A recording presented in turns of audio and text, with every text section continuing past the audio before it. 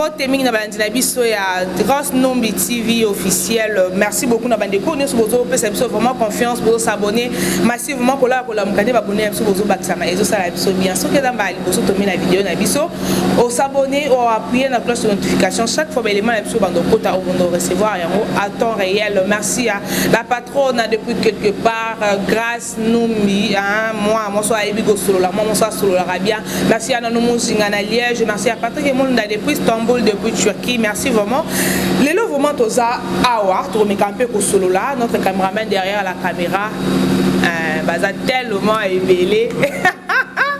Chinois noir hein et dans ça la mambango ezalandi bozo mon sénateur je te salue depuis quelque part toza wada le to me camper ko solo là par rapport à actualité et l'émission sur internet et l'émission sur YouTube parce que biso to lobara chaque fois actualité eza chaque fois et là mo eza ko lobela to kozala na pona ko lobela pona ko tel ça va ndeko na biso partout dans le monde bato ba pesa biso confiance au pena ba s'abonner na chaîne na biso pona ko landa ba actualité na biso ko landa ba analyse na biso ya bien pe à propre le na zanga mo botie na mbeli mino mokiba mon kibe moi c'est à ma cambo moi ça le barana c'est mais le barana moi c'est important ma casse vraiment moi ça maïle mon peu salara et on a un belibino mon kibe to me camper sur la par rapport actualité pour y aller biso na internet bonjour mon kibe. Bonjour Barbine Mungoti, bonne santé de la presse congolaise. Toujours bonne santé. Vraiment na monigara déjà et ça déjà bien. Na ça connaissez autant na mbaro pour na ebi keton to solo la rapena et la malamu mingi puis bande ko balanda rabiso na ba commentaire na bango et ça la rabiso bien comment on a une belle émission tout ça on va commentaire na bino et ça la rabiso bien le mouvement to me camper ko solo la par rapport à actualité et l'émission na YouTube. Comment on a notre président de la République a jugé bon azwa ngwende apesa na mwana mboka wa bima mboka kala ke bana mboka o baza ba kosela mboka ti lelo na ebite pona yo sali o ndengeni. Ah OK. Je salue d'abord tous les abonnés de notre chaîne. Ouais, Nombi TV. Nombi TV. Ouais. Je vous salue. Abonnez-vous massivement aussi sur Free TV Caprice, la chaîne des références, la chaîne qui vous fait plaisir. Surtout aussi Rabino pour partager ma émission parce que tout fonctionnera pour Bino Bozali. Le jour où vous allez décider de nous quitter tout ça sous ma émission et alors faites-nous aussi vos commentaires et que ça la biso vraiment bien. Voilà, revenons à la question Nayo. Ayo pour qu'il n'anga le roi mettre Gims Nani. Eh, oh mais on a bilingue bon, tous sont en bilingue, tous lingala, tous français. Lingala bena bien. Je te salue, président Ville de loin, tous sont en bilingue. Oyo kamingi mingi nini. Voilà, c'était là juste pour na tout ça là, tout ce qui s'abino, tu que de partout Bolanda Rabiso. Et le Kwana Barbine, ça fait très mal. Ceux qui n'ont lobby très mal, n'a mal il y a pas battu parce que ça me fait très mal. Oui. Maître Gims, c'est notre frère, c'est un Congolais. Il a les 100 Congolais, peu importe où il y a Kanisa à cause à la Wana, parce qu'il est connu. Il n'a papa d'une Adjanana, c'est un Congolais, sa maman c'est une Congolaise, des pères et des mères. Donc il est 100% sûr. À Ozwanda, bien logement, bien, bien, à Oyambama très bien. Et quand il m'appelle Libanda Mboka, parce que je connais des personnes qui ont grandi en Europe, locaux à les boss silencieux, papi Masuta HD moi la Belgique à Tongo, mais à servir toujours Mboka de loin, parce que nous sommes le roi richesse, tout avantage à une Mboka wana à construire ça à wana Congo, c'est-à-dire à que kuna zamopaya. Et Maître Gims, Aza Oyo, à Kenda France, na âge à 2 ans, de histoire, Moutasala, c'était général des Faro, de éviter Makambo, ni papa Zaki, n'a pas ça, qui mais sa famille, wana et Talibisoté.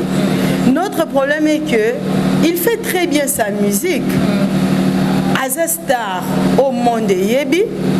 Oh bah tu es belé, bah la complexe, ya Maître Gims, quelle que soit classe, on va classe politique. oh bambongoni ils sont complexés de maître Gims. Ça c'est connu. Et tant on est en France, tant on sait la bonne monde nous sommes fiers. Et nous avons un frère congolais. Oh, il y a sa fierté na biso na monde. Mais c'est quoi la chose qui a fait déborder la vase? Oh, rapena kopo evane na pompe ma ekota muke goutte moko etonde sopi. Ay baby si bilo nyo c'est na c'est nani a sopi mayo. Mais pourquoi il faut provoquer les gens? Au moyen de tous en Congo, nous avons des richesses.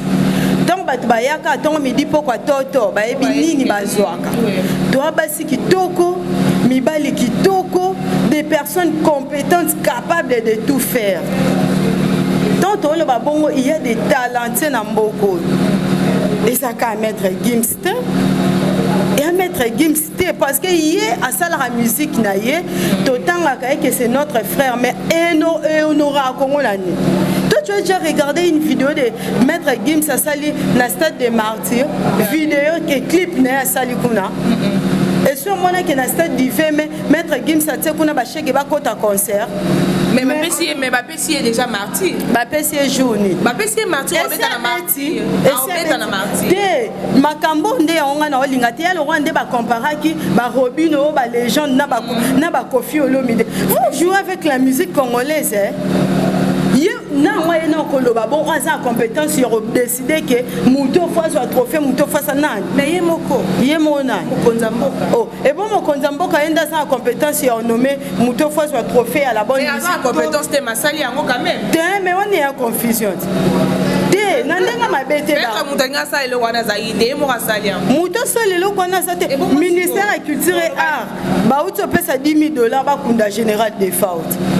Donc le ministère qui tirait et là président Bomiango mais Kolanda Badiou il y a maître Gims yemoka lo barake a regretter à cause de la congolais a regretter est-ce que toi regretter à cause de la congolais pour qu'il luka eti boya ko nommer pour passer titre bon ya makasi na lo bara toujours barbine et ça n'a pas complexé ba congolais de nature ils sont complexés. Aujourd'hui baté so kuté na mutu osola na ni ne peso libomo comme le n'importe quoi. Maître Gims même soto le bito beta li solo na est-ce que yo ko vendre na pena 2 heures du temps bo sola lingala. Ah bokate. Te osola ngota. Fali pour palobi lingala les meilleure langue du monde. Biso to linga Congo pour l'équipe partout. To linga lingala pour l'équipe partout. Yo rancine to sala be mission na lingala boto et puis français te. Oh. Mais c'est quoi? C'est pourquoi les Congolais nous sommes complexés. Maître Gims a regretté pourquoi il est né. Lui, bien qu'à changer de nationalité, jusque là, au moins il est là. Ça a été. Donc ça prouve que les sangs réclament. C'est que ça a été dans un endroit, c'est normal. Lui, il est congolais jusque là. Peu importe, il est épaté mondialement, mais il est congolais. Je suis sûr que papa il est fier de ses enfants. Oui. Maître Gims, il a très bien encadré ses enfants. Et facilité, il avait la facilité à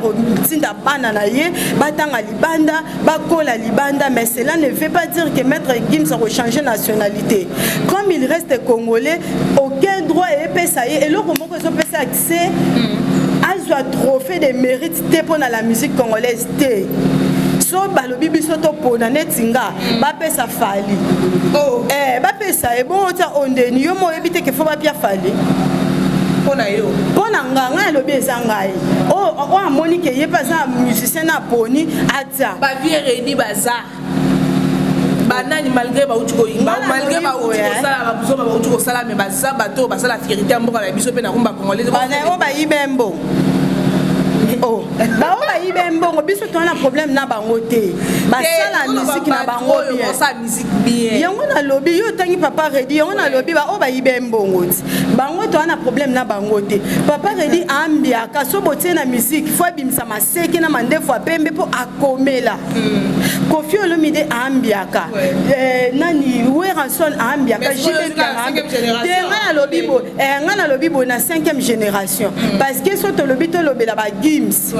Tout tata na ba âge baza ba pena ba fali pupa sikondeni to kota ba papa redi na ba makambo wana soit balandisa ta ba papa wendo na sama bele balandisa ta ba papa na biso ba lutumba ba madilo balandisa ba ka poso ba pesi falite pona yo te attention pesi falite faire égola est là parce que so faire égola nzembo nezo beta awawa ata ba jise zinda nzemba kala mais so bata na obina siko likona ngo banyoka le sezali oboni boyeko na yoka kabonga za hypocrite ngaza na hypocrite te nga finga mutu te menaza na ba délire na nga limité biso mutu tozana kata ndako na biso boye tokangi ndako papa mama to obina na biso to fêter à l'occasion de rien sikono yo wanga na pona na TV pour makambo na oloba grande sœur na nga na kata Lille Mimi Mazeba ayebi biso to ça va fête pour rien on danse pour rien to c'est la occasion te et tant to bina rawana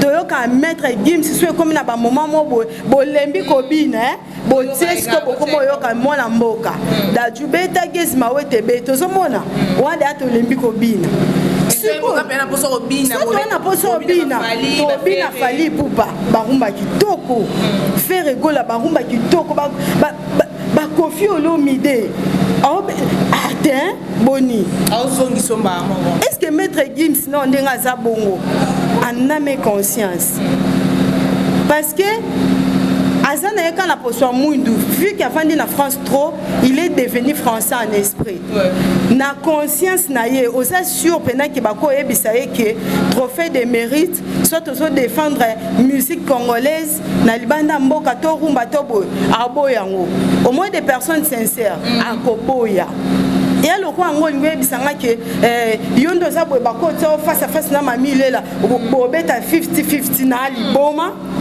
na oboya na lobate botinda nyasa une occasion pour coachinga nde bongo fali pour parler avec sa Gims nde babina rumba il y a des vidéos mais siko yo fali pour parler avec sa Gims ko bina rumba parce que si ba ko matia niveau ko pona ye c'est dit à quoi ko ke ko luka eti vraiment eza complexe tant on ba complexe est-ce que oyebi muto zo le complexe oh muto alobi ke yende fois zwat vraiment notre caméraman élément eza au balancer les biso ndenge yemo mokonzi ya mboka azo annoncer ndenge ba pesi de ko na biso maître Gims bendele wana yenda coordonner vraiment ça la passe to que non a régie et puis tous en choité bon ça on a régie et puis tous on a tout juste après.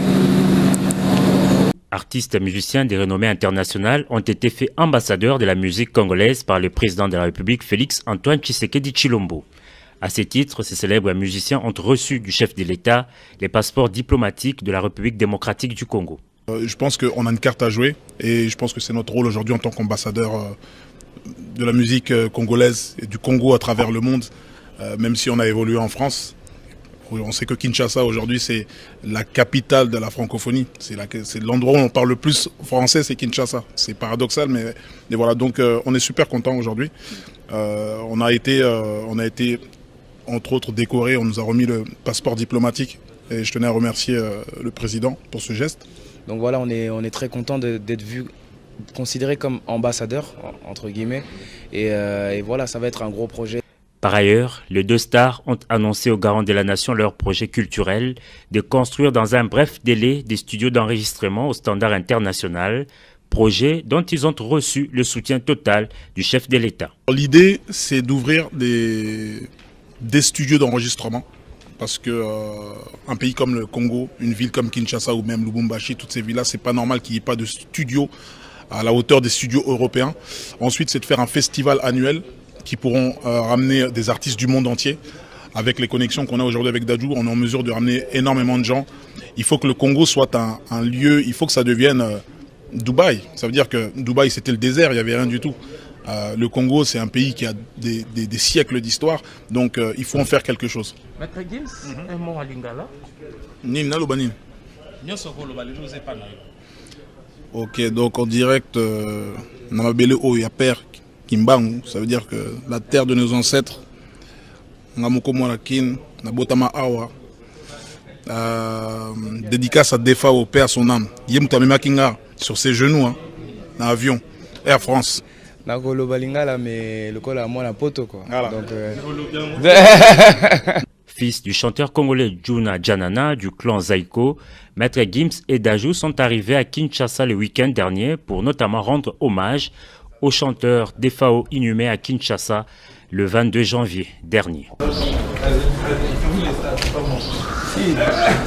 Ane sengo ne ba pesi bendele wana vraiment ezo sala pasi pe mawa komona muto abima na âge à 2 ans akenda libanda ya mboka oyo ye moko regrettera pourquoi abotama congolais mais lelo oyo baki koluka Maître Gims ba pesa bendele to éviter est-ce que batu bazanga ki akopesa ndenge ndeko na biso uti koloba ya mokip tozana ba ferré tozana ba fali tozana ba musicien ebele wana totangi 5e génération tozana ba kokodi koko ezaki ba kopesa bendele wana mais baki kopona Maître Gims to éviter par là komona na vidéo wana mokip nga malgré nazoloba mais et ça biso ka pasi ya komona muto azo alingaka nanu en fait azo na relation ya bien te na ba ninga na ba musicien ya Congo mais bazui mutabongo ba pesi bendele to éviter est-ce que ba koyokana to ene ko bakisa masusu to ndenge ni to éviter bon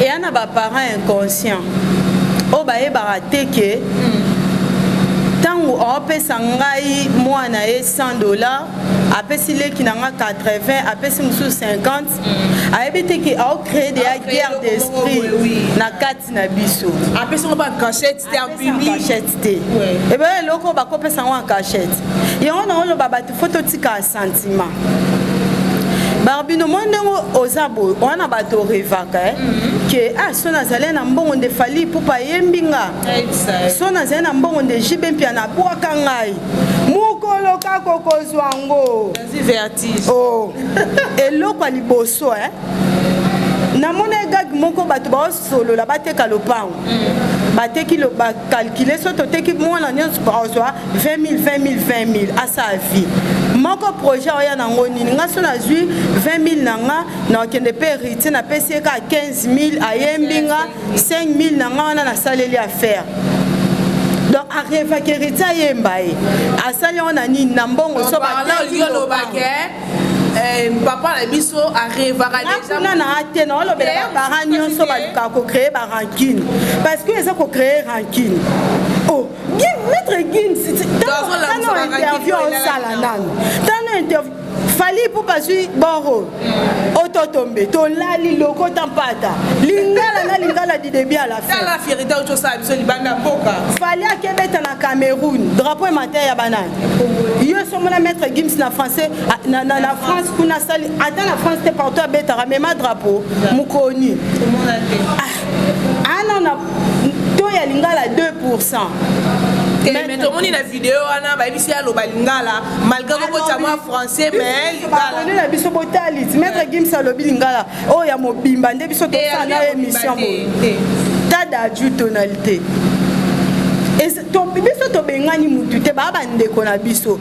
To boinde koza ezau kozana oyibi lipamboli ezau opesi nani oyoyo mwana komboneza kasuna garçon na Bible garçon na Bible nani na bose komone ndeni leke ezau wana te Jacob oyo basali eza boy donc trophée au fait ils ont condamné papa soto ngana bonga est-ce que ngande na sabo na condamné nyonso esala mi Maître Gims akozwa ngote azongisa na ye c'est les fierté à Monique malgré dans sa race na mboka te mais ba considérer ngaka fierté bon muta de considérer depuis kala to considérer kaye bo considérer kaye mais siko et na moto a considérer penza ya ko luka ko pesa ye so lekela ye o moni Maître Gims na kata mutema aoloba o nazwili yango nini ye mope eleke o boyo ebita o mituna ndeni zela tokela ki ba considérer tanto luka bandeko na bango to luka tanto tuna bandeko nga zo ebisa yo nga so nazwi 50 sika fe na zo 30 elekela nga na sala nini est-ce que basala ki erreur to balinganga koleka to bali basimbisa nga touche fo mituna ba question ana nyonso ko ba misie pena bazali Maître Gims yeda ayemba na nani Parce qu'on doit le battre. Maître Gims, non, on a une relation congolaise. S'il faut parler de la musique congolaise, bah, quand ce sont des grands chanteurs. Photo na lo kwa kanza. Donc kangisa déjà révérité pour kangisa déjà. Non na kangisa te. Na lingana kangisa photo na ye. Si comme mutu netinga boso botenga ministère na ministère à culture. Oh, na ko yebisa lo kwa kanza tika place azakuna aya akomaneka wana ba mona ngana za meyenda okoche. Au moins on a des sentiments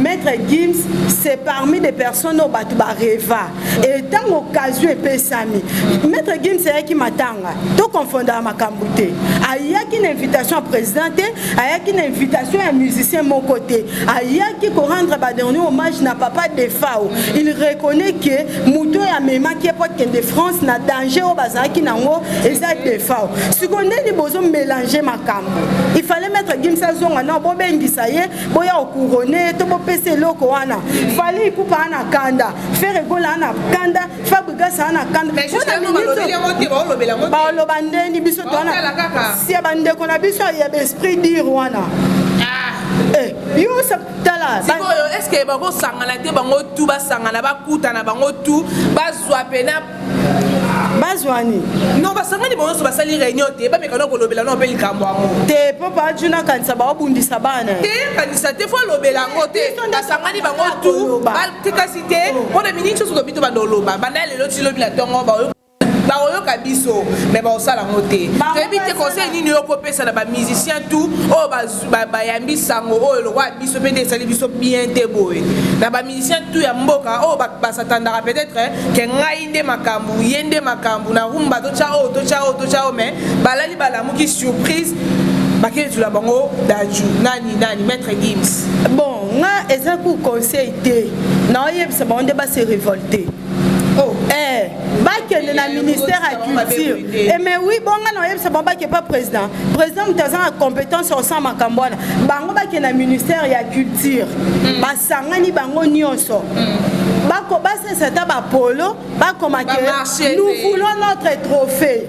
Pour Maître Gims à cause wangote. Et bando kendo la na France. Trophée Congo atayomo. Trophée ya musique atika barbine ngana olinga to lo babo. Mais que si tout ça ndenge ni faut le de salami. Ata babi ba marché et aussi makaka te. Barbine na moni a comprendre te. Non comprendre te ndeni. To lo mambo ezala nzela. Pour la minute oyo biso to za pesa ba conseil na ba musicien oyo ba olanda biso. O ba yoki pe sango o ba satanda ki peut-être lelo so babi ba tombola mutu moko boye atombola culture a mboka. So to ko pona nani to rocha. Ba ko ça peut ta faute art. Netinga boye. Ba bandela ta faute ngo. Na lobi na bandeli lisusu mboka na biso nga depuis na botama bon calculer âge na nga te pardon mais la kuta déjà papa na biso Koffi Olomide ba wera wana ba bandeli de akobeta musique misi bana babimisi ba kokota bina filé ye bina filé oyembi obini ata so ba opesa bango te faire na fali ba mone bango te nzembe na nga Jésus de Nias na biso bandeko ndeko la fali ko bandeko la ya Équateur mo mobali obina loketu bonko le kabasi na ibisayo eliko na baza pe kitoko baza pe na ba coach bien Maître Gims baza bien to lo bandeko yoka koyoka Maître Gims Maître Gims boye est-ce que ba koyoka na ba ça ba featuring pour la fali déjà na Maître Gims c'est simbaraté fali asenga e andimate Koffi Olomide andimate lokwa kanza andimate na yebite so Maître Gims andimana na ba o nyoso andimaka balili wen banani ce ne sont pas nos frères hein mais ezanini penza ezanini nini ezakana mitwa ba congolais nini ba vraiment na yebite so pour sangana po fani ngano ko sala no ba featuring na ba ninga te to ebite to moni ba photo zo tambola awa tanga koma ki mutali ko sala mbaki bango za ifali mais to ebike fali pour ba ya mo ba za mutu ya moi ba tindika takal to ebite parlo ko lo bani po fali mutayamba ki bango po mutali boso mission ba kutana ina c'était fali mais pour mona fali ayamba ki bango na bandenge moko boelelo ko mona pumba la moko ba besi coup d'état msuye pa bandenge s'attendre nango nde to mona ki mambu ya nani héritier wata aki obeta na mboka libanda to moni ba photo fali banana aéroport tina salle siko par là bon, au moins on a raison ya oloba bongo. Ba Congolais à part moté mamabé à part complexe tozalango tozarape qualité monsieur congolais za hypocrisie. Na lobby te que fallait aza hypocrite. Fallait pe avant de calculer te que fallait trop fana ye azwa to faire to hériter to bina filet to fabrigas to kofi olom de to wera. To mona ki ya meya madwa le kadnani merveille rambo. Abiso ke za na muto il faut pas que ça trophée na mboka pour défendre mboka c'est fali poupa. Kasi on a zo lobat. Ba bande ko s'attendre te wana est-ce que ba analyse biso to ça la par rapport ya la musique congolaise la couleur là. Nani oya zaka soki ake amatisaka drapeau.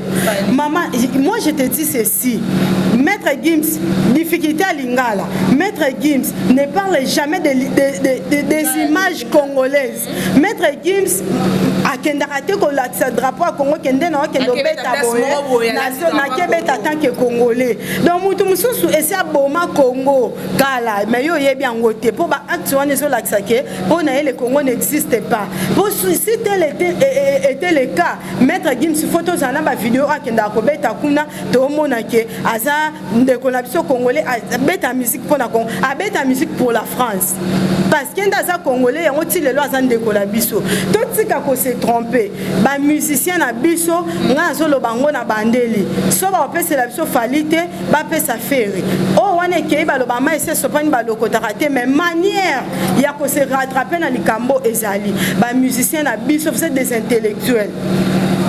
Félix Oazé ko so bandi masese awa ngano to apie biso devoir de masese to lali ata 4 jours to répondre à té. Si qu'on montrez-vous que vous êtes capable car ma papa farma poche. Au samba na gouvernement longa pour oyemba qui avec raison. Bande ko na biso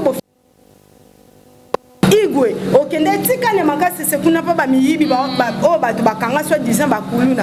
Montrez-vous de quoi vous êtes capable. Gims ale ki na bino moi na bino koko na bino ya na bino. Boza na droit. So ke loko simbité oloye pena papa e oyo ez injustice. Na tindi mutu pas présidenté. Bo ye ana compétence wana te. Bon ke na ministère de culture sika bokendo zo $10,000 akunda defa bo luka pe ba force argentine ngobile sika boyi ba $25,000 bo ebisa bango biso to boyi bo lo bateke bo négocier bo lo ba boyi bo tika hypocrisie o moni fali ayamba ki Gims c'est son frère asatanda ite mambo boya yebaki yo kanisi pena so fali ayebaki ke mais esprit wengeti ekoti tina présidence c'est nga ya mbete so ayebeke mambo lobi mambo ezabo c'est nga ya mbete soit nga ya mbeme na ba limite ba photo nyonso e circuler o nako ko exposer moloketu na l'accent de babina rumba il regrette